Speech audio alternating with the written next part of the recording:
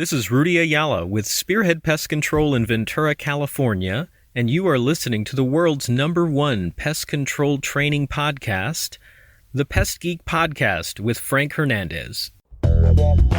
Pull out your hose and grab your can. We're about to integrate another Pest Geek podcast. Hi, everybody. Frank Hernandez here, and welcome to the Pest Geek podcast, bringing you the latest information on pests, products, and politics from today's leading industry sources to help you start, manage, and grow your pest control business. Hey, welcome back. Welcome back to another edition of the Pest Geek podcast. I am Frank Hernandez, your pest geek, here discussing all things pest. We want to remind our audience to join in on the revolution. That's right, join in on the conversation, be part of the society. Pest Geek Podcast Listeners Group on Facebook. And we're on YouTube, we're on the web, pestgeekpodcast.com. Check out there the notes, everything that we put into the podcast. They're all on there. And here is Adam Malanga with today's topic. Hey, this is Adam Malanga. So in case you didn't know, I am a small business consultant, mostly to pest control companies, but I consult just about anybody. I've been doing it for going on 10 years now. So I love it. It's one of my favorite things to do is help other people be successful. And so, as we go through this, be glad to help anybody that needs the help. And so you can reach me at adammalanga.com. or my cell phone number is 731-414-8441. I'd love to help you. Anyhow, let's jump in. So this is part 3 of a 6-part series. Part 1 was painless prospecting. Kind of help you get in front of customers. Part 2 was the 8 keys to effective rapport building. What do you do when you get in front of them? And today, this is kind of a 2-part, right? We're going to go over kind of an opening. How do you get the ball rolling? How do you get the conversation rolling into sales? And then what to do, some of the questions, how do you position yourself as an expert, and how do you get the information that you need? So this opening part, this beginning part, this is the getting started part, right? So there's 3 components to this that are super important. First, you want to kind of lay out an agenda, right? It's tell them what you're going to do, then tell them, and then do it, right? So you want to talk to them about, hey, Mrs. Jones, you understand you're having problems with termites. Here's what I'd like to do. I want to discuss a little bit with you about the termites. I want to ask you some questions, and then we'll figure out if there's a solution, right, that solves your problem. I know you're looking for a problem. Does that sound good to you? That's how that goes. So it's an agenda. You want to give a little bit of value, and then you want to ask for agreement. So this kind of sets the tone for that next piece, which is the kind of fact gathering and question asking time. So again, you want to set an agenda. It's what do you want to discuss? You want to kind of create some value. The term here would be, or the phrase here would be, that way you'll know. If we're the right company for you, if this is something you want to do, that way you'll know. That's the value piece. And then the agreement for me has always been sound good, sound fair enough. That's a great closing question, and we'll talk about that in a couple of weeks, but I don't want to get ahead of myself. So that opening piece is really, really important. Now, from there, we move on into the fact gathering, the question asking. I got to say, and this is so important, so I'm going to say it twice. This is a skill, and your ability to develop this skill will have direct proportion on how well you sell, how much you sell. I'm going to say it again. This fact gathering, question asking is an absolute skill set, and your ability to develop this and get really good at this will have a direct impact on how much you sell and how well you sell. So even if you have 0 sales experience, this little piece right here, if you work on this piece right here, you will close a ton of business. So please understand, there really is no such thing as a natural born salesperson, right? Some of us have behavior types that lean towards sales and others don't. And that's okay. But this particular piece is a skill that you can learn. So, all right. So the goal to this fact-finding session, this period in time where you're sitting in front of the prospect or sitting out on the front porch or whatever, the goal is three-part. One, you're looking to get clear understanding of what they need. You need a complete understanding of what you need. And then there is a mutual agreement on that understanding. So this is pretty important, right? And so I want to dive into this just a little deeper. So when I say clear, what I mean is, what do they want and why it's important to them, right? That's clear. You need clarity there. So you have to ask the right questions. We'll go into that. Complete means that I want all the needs, right? And I want to be able to prioritize them. Because if it's someone you're talking to about a termite treatment that they're looking for, but they also have spiders and ants and stuff like that, and rodents in the winter, so you want to get the whole package, right? And you want to be able to flesh that out in this specific portion of the sales process. The last thing is mutual agreement. So this is where you and the prospect are kind of on the same page, right? You have a clear and complete understanding. They feel like they have shared with you exactly what it is they're looking for. So that's the goal of this kind of fact-finding, fact-gathering session. Okay, and so basically in general, what you just kind of want to learn as much as you can about the customer. Where so many salespeople fail, and I have literally over 25 plus years in the pest control industry, literally trained hundreds of salespeople. They speak too much. They just talk themselves out of a sale. This is absolutely not the place to do that, right? So keep your speaking to the bare minimum. What you want to do is allow the prospect to speak as much as possible, right? So if for percentage purposes, let them speak 85% of the time and you speak 15% of the time, maybe 90-10. That's how little bit that you're speaking. And when you do speak, it's questions that you ask. So that's what you're after. So, okay, Adam, what kind of questions? So what am I doing here? I want to find out. I want to get a clear understanding of what they need. I want a complete understanding of what they need. And we need to be on the same page so that I can offer a solution to them, right? So the idea is that you would ask questions that would point to the prospect to what you do to solve their problems. So for example, let's say you have kind of a unique guarantee. Maybe you even, if it's regarding termites, maybe it's even, you have a repair guarantee. And so that's how confident you are in your work or whatever. You have this special guarantee. And so your questions would lead to always point in that direction. So it would be something like this. So Mrs. Jones, tell me, most termite companies will guarantee their work. What are you looking for in a guarantee? Is there anything that would stand out to you and be, separate a company from another company? Are you concerned with, termite damage in the future? What happens if termites damage my home, and how would the company guarantee that? So if you have this repair guarantee, you want to lead them in the direction, you point them where you want them to go by using these questions. Some of the questions are open-ended, some of them are closed, right? And so the idea here then, if you want to use another percentage thing, you're really doing, probably 85% of open-ended questions and 15% of closed-ended questions.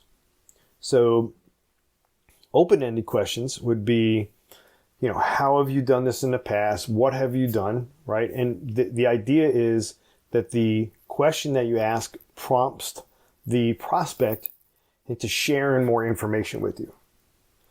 Closed-ended questions you're looking for some specific things, don't need any more than this right here.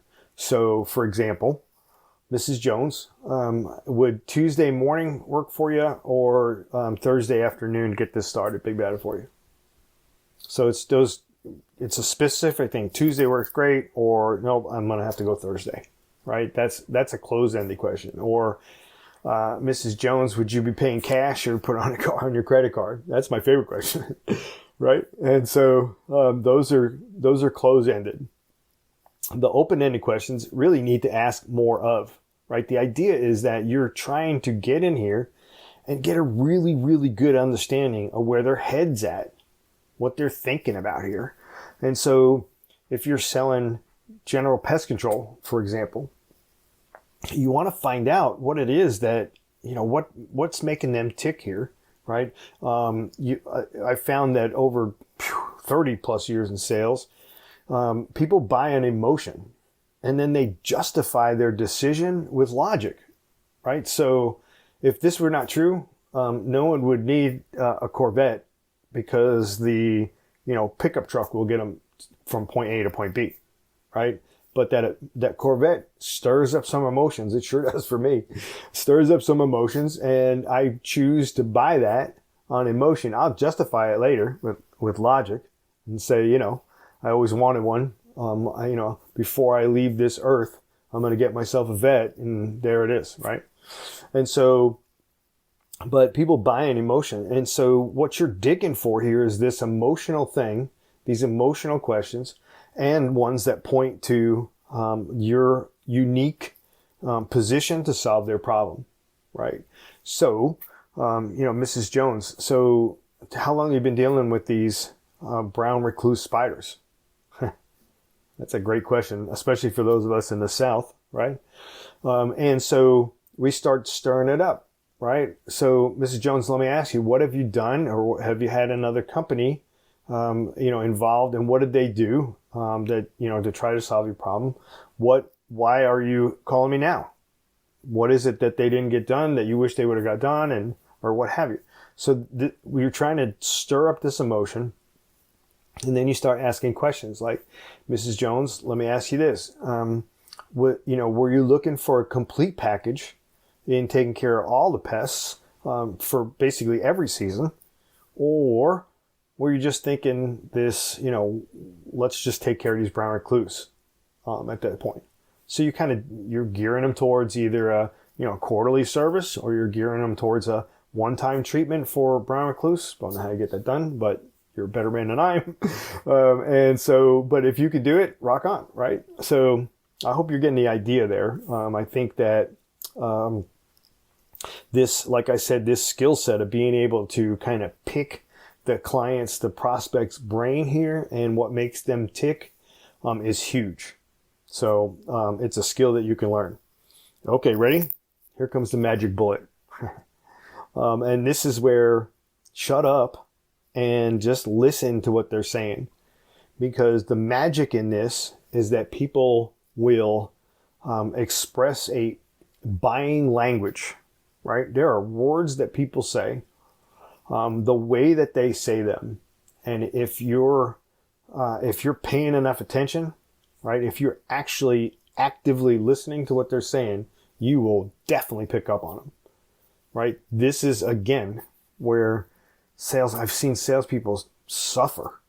They just roll right past what the customer's really saying, because they just can't wait to give their solution, right? And the truth is that you don't have a solution unless you've both come to this place where they understand that you have a problem, or they have a problem. And so the idea here is to just listen.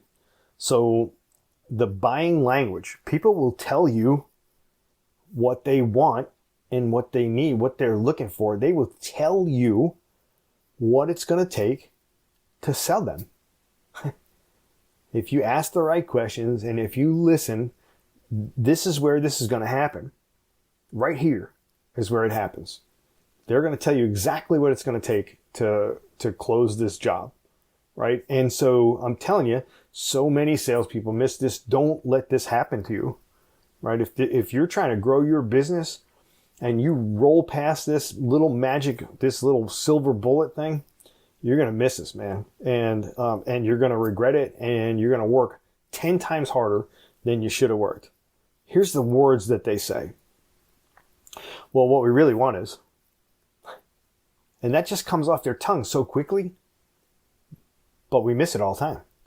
Well, that's huge, right? They just told you they need something, right?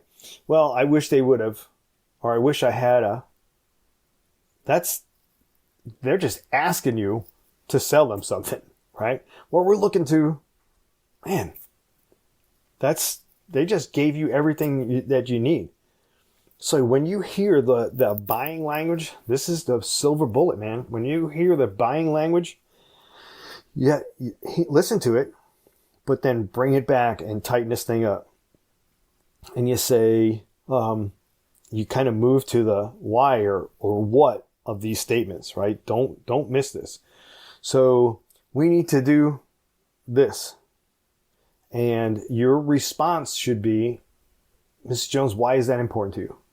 What are you trying to accomplish there? Right? Because they're just going to lay it all out, and they're going to give you the exact thing you need to close them.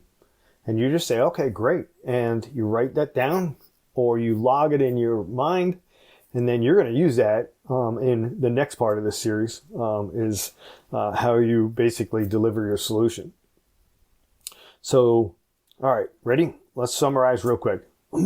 First of all, this opening piece, right? This thing to start the whole process is 3-part.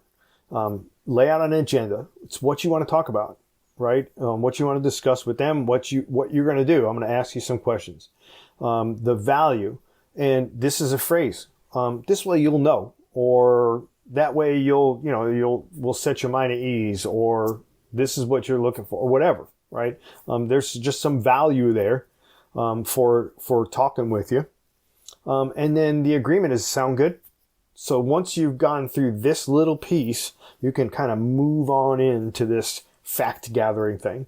Remember, it's a skill, man, and you can absolutely get better at this. The goal, remember the goals. There are 3 goals. You want clear, complete, and mutual understanding of what the customer is looking for, right?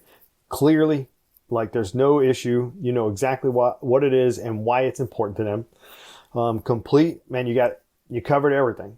They want termite, pest control. They want, a vapor barrier or just whatever. All of that's in, and you got it all. You brought it all out, and then mutual, so that you guys are on the same page, right? The opportunity to learn as much as you can. Shut up and listen, right? Speak about 85% of the time. Listen 15% of the time. Ask the questions that point the prospect into what you solve, the problem that you solve specifically. And you may even tie this into some of those brand distinctions between you and every other pest control company in your market, right? And this is beautiful, right? Because now you have their ear. You're asking the questions that point them into the things that make you different, right? And so that's huge. And then the icing on the cake, man, is this, magic bullet, right? The silver bullet, and that's the buying language. Listen, listen, listen, listen, listen, listen. They're going to say, we want, we need, I wish, whatever. And then you've got to take that and then also say to them, why is that important to you? What will that help you accomplish? How will that help you? Whatever. All right. And wrap that statement up so that you've locked it in their mind. All right. So that wraps it up for today. I look forward to sharing, next week. We'll share, part 4, and that's just really delivering your solution. And so again, if you need me, you have any questions, 731-414-8441, or you can hit me on the website, adammalanga, MALANGA.com. All right, go out there and do great things. We'll see you. We hope you have enjoyed this edition of the Pest Geek Podcast. Until next time, have a pestacular day. Thank you for listening to the Pest Geek Podcast. If you have enjoyed the Pest Geek Podcast, please give us a rating, write a review, or subscribe to the channel. You can join the Pest Geek Society by visiting pestgeekpodcast.com. Thank you for listening. See you next time.